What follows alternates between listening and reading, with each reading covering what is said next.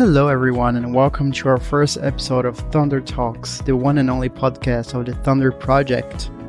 Thunder Talks is your source for insights into the innovative world of waste heat recovery and thermochemical energy storage. Join us as we deep dive into the project's groundbreaking efforts to harness waste heat from data centers and transform it into sustainable energy. Expert interviews and discussions are featured in each episode about how these new technologies are changing the energy industry. The Thunder Project is financed by the European Union. So, just imagine you are absent-mindedly browsing through the internet, on social media, using AI, watching a video, or playing a game online. Of course, such activities are pretty straightforward, right? You open your laptop or unlock your phone and there you go, connection, like magic. Well, not really. Behind each action we do online, there is a universe of cables, antennas, and data centers processing all this information, going back and forth between your phone and the many places these servers are. And this requires energy, a lot of it. And as you know, where there's energy, there's heat. Data centers, where all these mega computers are located, are demanding more and more electricity. So much so that by 2030, data centers will account for 3.2% of the global electricity demand. All this energy consequently generates more heat from the cooling processes of these computers. But what if we could use this waste heat to warm nearby homes and commerce? Just for example, the Facebook data center in Denmark helped the local heating network to keep 7,000 homes heated during winter. In Stockholm, Sweden, they plan to heat 10% of the city with heat from data centers by 2035.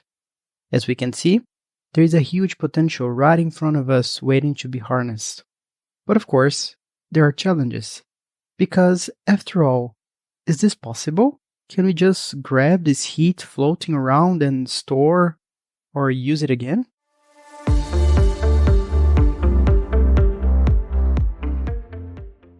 I am Evan Bernardi, Project Assistant at Euroheat Power and your host for this series. I will interview our expert guests and ask them the questions you sent us through our social media channels.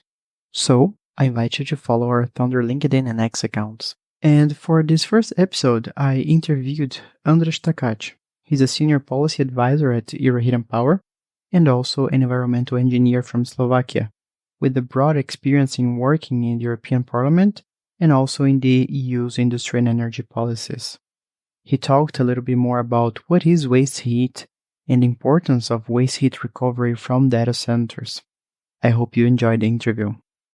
So, in the first episode, we'll talk about waste heat recovery potential in general.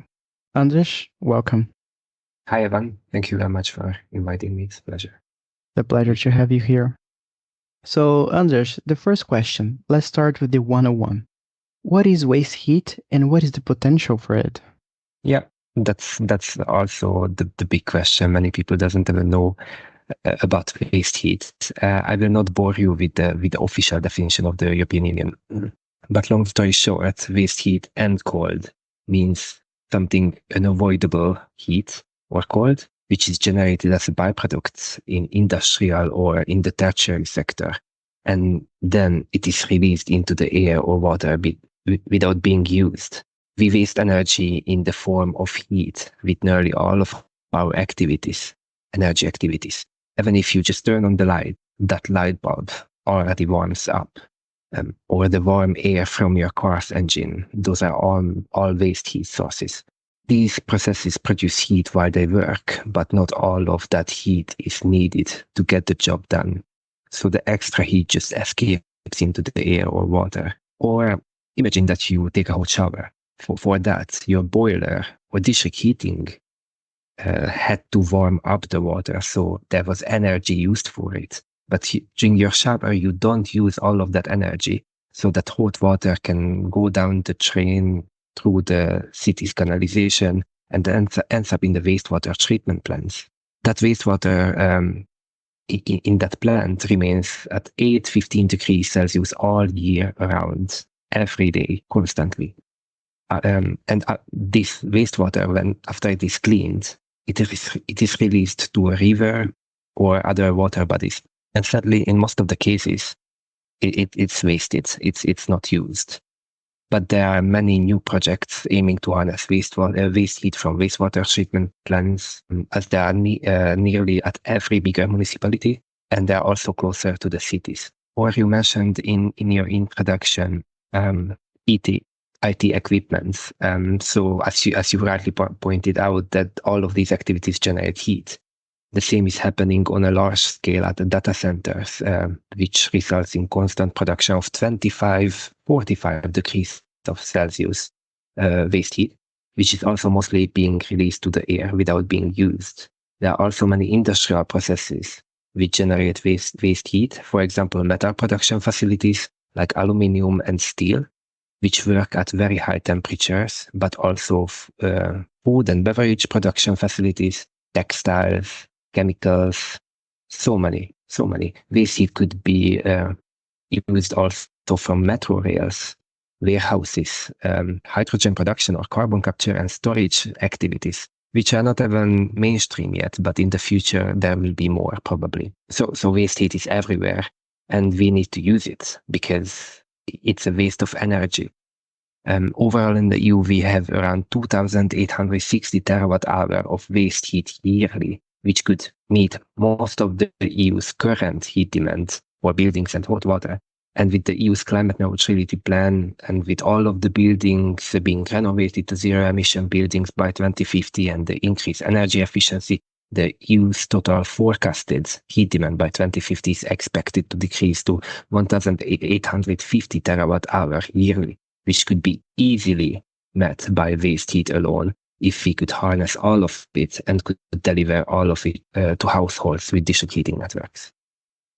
There's a huge potential indeed. And I'd like to talk more about data centers, which is the focus of our podcast. Can you describe to our listeners how waste heat from data centers works in practice?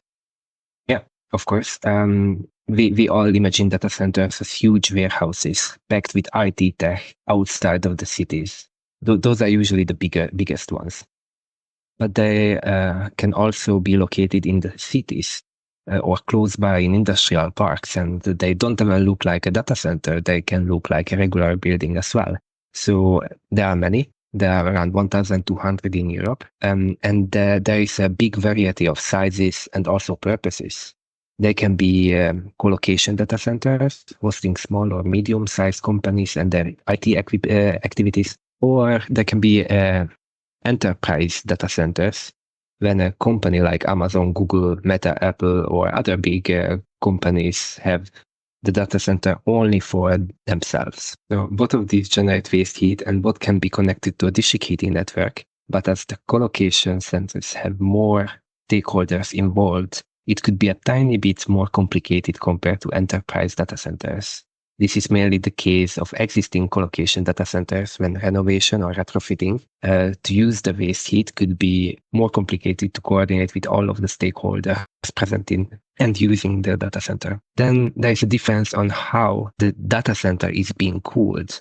There are data centers with air cooling and a novelty, which is liquid cooling. Let me quickly interrupt you before we continue with your explanation. You just mentioned the different types of cooling. Which one is better? There's like big difference between them, or they're not relevant? So the difference is in the temperature levels. When they use air cooling, then the air expelled from the servers can be around 25 to 35 degrees of Celsius, depending on the cooling system's efficiency, the ambient temperature in the data center, while the more advanced cooling solution, such as the liquid cooling or direct-to-chip cooling, can operate at higher temperatures, closer to 35 and 45 degrees of Celsius. For us, obviously, it's better if the waste heat temperature is higher, because that means that the heat pump would require less energy to lift the temperature up to the district heating and cooling networks level. Then there is also a third option, cooled by district cooling network. This is rather rare at the moment, but there are also already some district cooling networks cooling data centers. But we see that in the future, as Europe's need for cooling is increasing due to climate change, there will be more and more district cooling networks which could be also connected to data centers to provide them with cooling. That's very interesting, actually.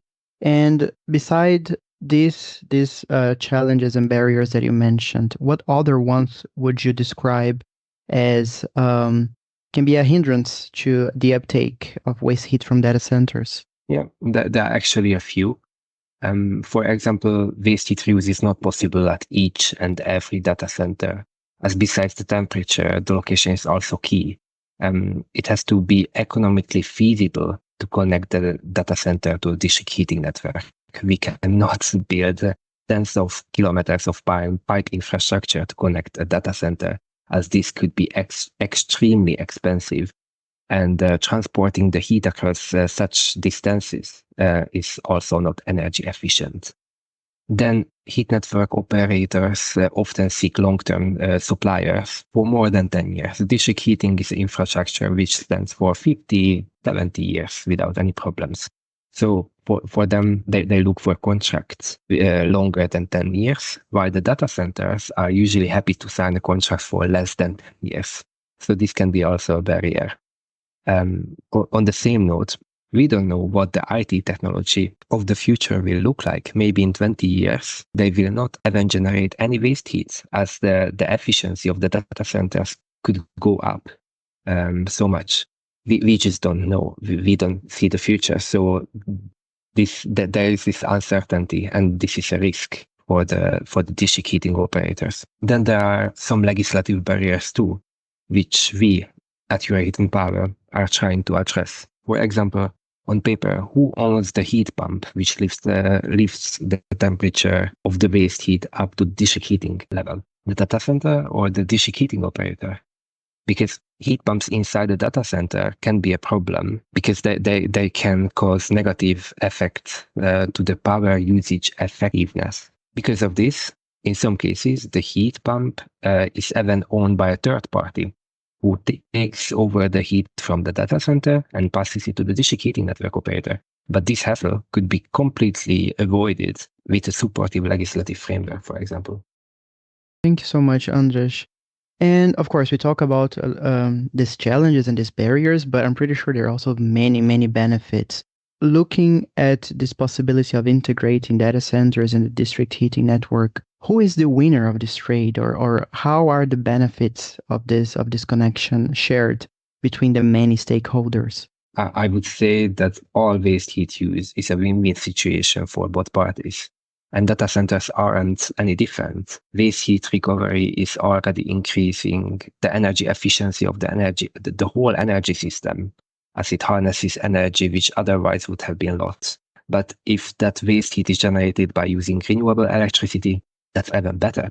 And with data centers, this is happening. This is the case because data center operators and trade associations have committed to making data centers climate neutral by 2030 through the Climate Neutral Data Center Pact. So they have the opportunity to provide carbon-free thermal energy for the district heating operators. As a result, district heating operators receive emission-free waste heat, which enables them to provide clean, locally sourced heating and hot water to households, which increases energy security and affordability. Data centers provide the same temperature of waste heat all year round, 24/7. So district heating operators, in some cases, receive this heat for free.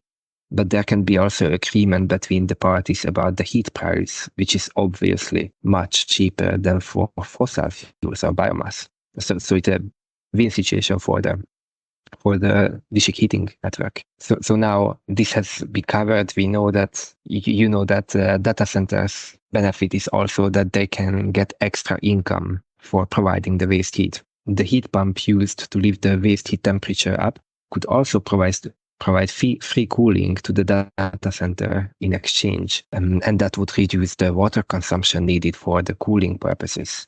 This results in better sustainability rating of the data center, so better financial situation as well. So, as far as understood, it's not only harnessing the heat from these data centers, but also creating a circular system where all actors can benefit in some way. Is that right?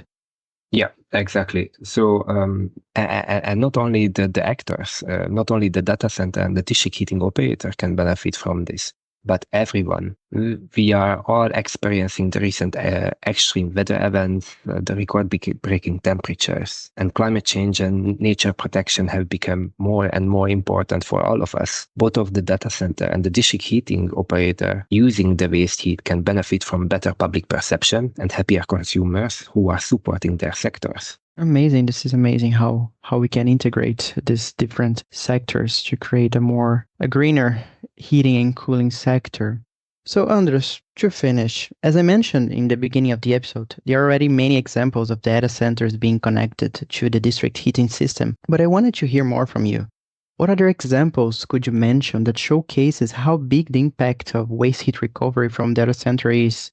And what is leading this change? What is pushing forward all this idea that district heating can be connected with data center? You can actually reuse this waste heat in a sustainable and also profitable way.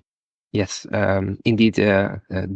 One example which is exceptional is in Finland's first district heating and cooling network, which started back in 1953, more than 70 years ago. Today, the network provides heating and warm water to around 250,000 users in Finland's capital region in Espoo. And according to the plans, the heat offtake of several data centers will cover 40% of the yearly district heating demand, which means around 100,000 users will be heated every year from data centers.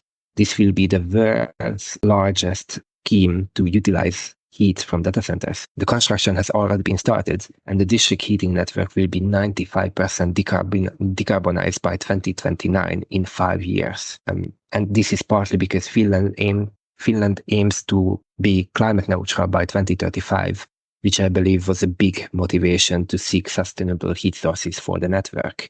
But the use of waste heat is encouraged on EU level, as both district heating have to decarbonize and many waste heat producers have to look into the possibility to reuse their waste heat. For example, the recently adopted Energy Efficiency Directive mandates larger data centers, precisely data centers with a total rated energy input exceeding 1 megawatt, to utilize the waste heat. But of course, if they can prove that it is technically or economically not feasible, then they don't have to. So if they are too far away or they don't produce a sufficient amount of heat, then they are not forced to do that, but they have to prove it. Then since the beginning of 2024, data centers have to also have to report to the European Commission on the sustainability of their operation, in which there is one KPI on waste heat reused. So they have to tell the Commission if they are reusing heat or not. And this reporting will possibly be the basis of further measures for data centers, which will be introduced in 2025. And we see that some of the measures could be something as minimum efficiency standards or sustainability labeling schemes for data centers. So far, we don't know. But data centers are not the only one. They are not alone. We see that other waste heat sources, like wastewater treatment plants, service facilities like LNG terminals, or hydrogen production facilities, and industrial installations all have to investigate if they could provide their waste heat. And I think that all these mandatory assessments of waste heat reuse potential are very positive, as they force waste heat sources to look into the bigger picture of the EU decarbonization. They support sector integration, contribute to the decarbonization, and provide benefits to the whole energy system. Okay, time has flown by, I guess. This episode is almost over. So all I can say now is thank you, András. It was a complete pleasure to have you. And thank you so much for sharing a little bit of your knowledge with us today.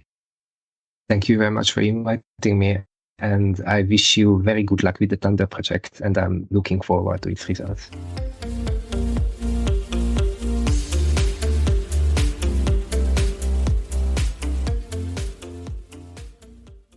And there we go. This was the first interview of Thunder Talks.